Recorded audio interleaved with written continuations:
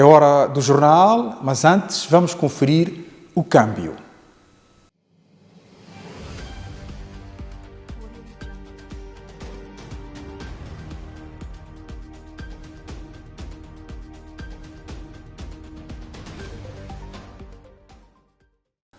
Boa noite, vamos às notícias.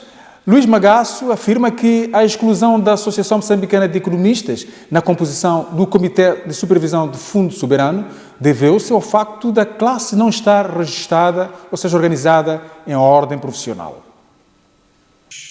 No último encontro mantido com o candidato presidencial da Frelimo, Daniel Chapo, a Associação Moçambicana de Economistas, AMECOM, manifestou preocupação com a sua exclusão na composição do Comitê de Supervisão do Fundo Soberano, entidade responsável pela gestão de receitas do gás natural da Bacia do Rovuma. Este posicionamento mereceu apoio por parte de grande parte dos economistas. No entanto, esta quarta-feira, o economista Luís Magaço, numa entrevista exclusiva concedida à MBC-TV, veio afirmar que o que parece ter sido uma exclusão, afinal deveu-se a questões organizacionais da classe, a exemplo desta não ser ainda uma ordem como acontece com outras classes profissionais.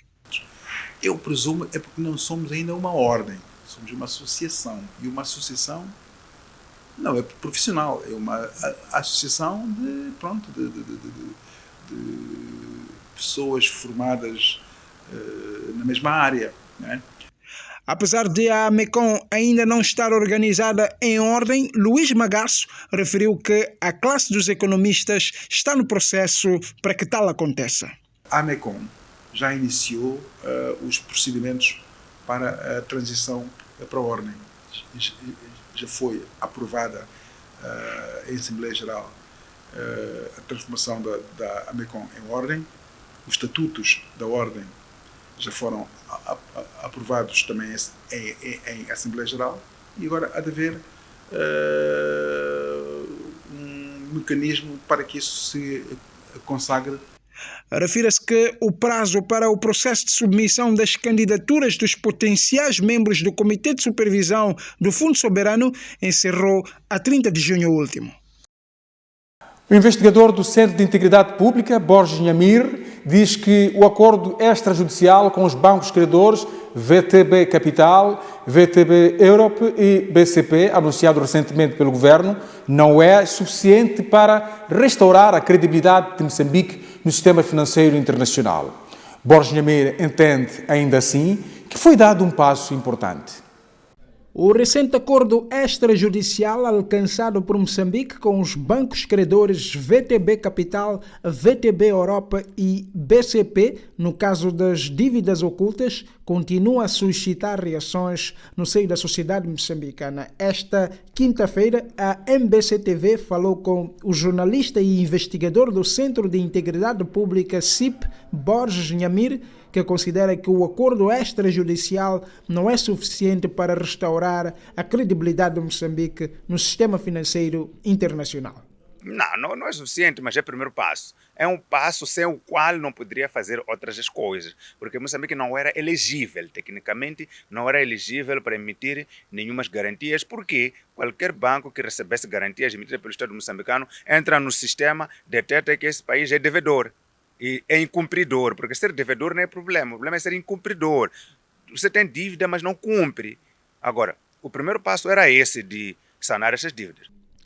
Já para o analista político Dércio Alfazema, o acordo merece reconhecimento e, ainda que lentamente, poderá contribuir para a restauração da credibilidade de Moçambique no sistema financeiro internacional. Isso contribui e vai contribuir bastante, porém, ainda há um percurso muito grande. Temos os casos das dívidas ocultas que foram julgados aqui, ainda não transitaram em julgado. Não é? E toda a questão da responsabilização das pessoas que estavam implicadas nisso, e a devolução, a questão da recuperação de ativos que tem de acontecer. E ainda há outros julgamentos que estão também a decorrer na Praça de Londres. Portanto, ainda há um processo, ainda há um caminho, mas que este caminho também começa a ter bons sinais. O acordo extrajudicial com os bancos credores VTB Capital, VTB Europa e BCP, no caso das dívidas ocultas, foi anunciado na última segunda-feira pelo Ministro da Economia e Finanças, Max Tonella, numa conferência de imprensa concedida conjuntamente com o Procurador-Geral Adjunto Ângelo Matus. O jurista Baltazar Fael entende que as autoridades moçambicanas estão a agir com pressa para sair da lista cinzenta do Gafi e, como consequência, atropelam os direitos individuais dos cidadãos. Moçambique está na lista cinzenta do Grupo de Ação Financeira Internacional desde outubro de 2022 por alegadamente não estar a esclarecer os casos de branqueamento de capitais. Na altura dos fatos, o Gafi deu 2 anos para Moçambique melhorar a sua estrutura de prevenção e combate ao branqueamento de capitais e financiamento ao terrorismo. Por seu turno, o governo comprometeu-se a sair da lista cinzenta até o primeiro semestre de 2024. Nesse sentido, um relatório apresentado no dia 17 de junho findo pelo coordenador para a retirada de Moçambique na lista cinzenta do Gafi, Luís Cesarilo, revela progressos na resposta às recomendações do Gafi. Entretanto, o jurista e investigador do Centro de Integridade Pública, Baltazar Fael, entende que as autoridades moçambicanas estão a agir com pressa para sair da lista cinzenta do Gafi e, como consequência, atropelam os direitos individuais dos cidadãos. Os tribunais têm que estar muito atentos àquilo que são as ações do Ministério Público, no sentido de verificar se esta procura de saída rápida da lista cinzenta não está a ser feita de forma atabalhoada, com violação até de direitos fundamentais do cidadão.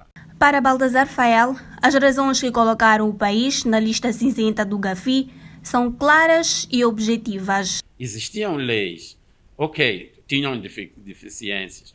Estas leis com deficiências foram sendo melhoradas. E como disse muito bem agora, já temos leis um pouco mais ao encontro daquilo que é exigido, ou que já são leis praticamente com potencial de combater a questão do branqueamento de capitais. Refira-se que num discurso preferido esta semana na cidade da Beira, província de Sofala, o presidente da República, Filipe Nyusi, voltou a exigir respostas coordenadas e efetivas no esclarecimento dos casos ligados ao branqueamento de capitais. O ambientalista Carlos Serra diz que a nova lei de florestas vai reduzir o abate desenfreado dos recursos florestais em Moçambique. Carlos Serra afirma ainda que as medidas impostas pelo instrumento legal terão um impacto econômico e social positivo. Com a entrada em vigor da Lei nº 17/2023, de 29 de dezembro, Lei de Florestas, o Ministério da Terra e Ambiente passa a ser mais severo no controle de recursos florestais, como madeira, carvão vegetal, lenha, estacas, bambu e outros produtos não madeireiros. Na visão do ambientalista moçambicano Carlos Serra, a nova Lei de Florestas é um caminho para maior controle na atribuição de licenças para o uso e aproveitamento dos recursos florestais face ao abate desenfreado e indiscriminado de espécies nativas importantes. É óbvio que o que era a realidade anterior está muito aquém, não serve para o país. Portanto, emitir licenças de corte, de abate e acabou, não serve. Não há nenhum compromisso com a florestal, com a floresta, etc. E nós corremos o risco de passar ou transitar para um cenário com países que perderam por completo a sua floresta. O Haiti é um exemplo disso. Não queremos lá chegar. O ambientalista explica ainda o impacto social e econômico das medidas impostas pelo novo instrumento legal a nível das comunidades locais. Há muito mais potencial de recrutamento de emprego com uma abordagem multissistémica, portanto, baseada na diversidade dos ecossistemas florestais, do que propriamente aquilo que está a acontecer. Dou um exemplo muito concreto. Veja um produto, o mel. O mel depende da existência da floresta. O que significa a cadeia de valor do mel? Quantas pessoas é que são empregues? Contudo, na nova lei, o Ministério da Terra e Ambiente continua a assegurar o livre acesso aos recursos florestais pelas comunidades locais para a obtenção de meios de subsistência, nomeadamente plantas medicinais, materiais de construção, combustível lenhoso, frutos silvestres, entre outros para o consumo próprio, isentos de licenças, taxas e defeso. Daniel Chapo vai resgatar a esperança dos moçambicanos caso seja eleito presidente da República nas gerais de 9 de outubro, assegura António Nikisse, primeiro secretário da Frelimo na cidade de Maputo. Tal crença, de acordo com Nikisse, é fundamentada pela mensagem que Chapo vem passando, dizia, nas suas aparições públicas, o seu caráter e humildade. No dia 9 de março de 2023, há precisamente 17 meses, António Nikisse era eleito primeiro secretário da Frelimo na cidade de Maputo, a capital e maior palco político do país. Convidado da edição desta quarta-feira de 10 Minutos com a Política, António Nikisse disse não ter dúvidas de que Daniel Francisco Chapo não só colhe consensos no seio do partido, como também tem aceitação no seio da maioria da população votante. Olhando para aquilo que está a acontecer nos últimos tempos, conseguimos perceber pela mensagem, mas também pelo caráter, a humildade que caracteriza o Daniel Chapo e a maneira como ele coloca os temas.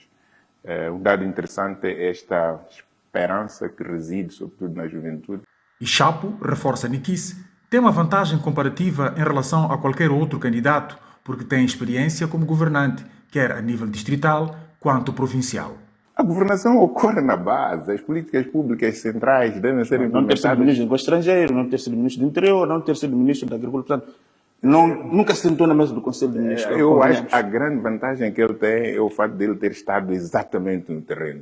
A aparição de novos atores políticos, o mais mediático dos quais é Venâncio Mondlane, que, ao que parece, granjeia muita simpatia no seio, sobretudo de jovens aparentemente revoltados com a governação da Frelimo, não tira sono ao partido. A Frelimo está muito bem consolidada e está muito bem preparada para estes pleitos e não há efetivamente nada que nos pode dar aviso de mau tempo. E acreditamos que na cidade de Maputo a Frelimo vai ter uma vitória retumbante histórica. Na cidade de Maputo, António Nikisse, primeiro secretário do partido na URB, segue na 8ª posição na lista da Frelimo para as legislativas, facto que, segundo ele, não o diminui. É candidato a deputado, está numa posição, digamos, de risco, 8º lugar. Por que aparece nesse lugar?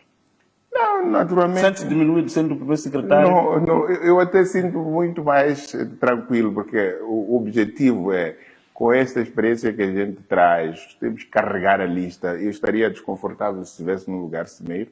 Pode ver na íntegra este e outros episódios de 10 Minutos com a Política no YouTube, Facebook, Twitter e Instagram da MPC TV. O sociólogo e analista de política africana, o angolano João Sansando, defende que as visitas do candidato presidencial da Frelimo ao exterior para contactos com partidos amigos deviam ser extensivas às organizações da sociedade civil desses países.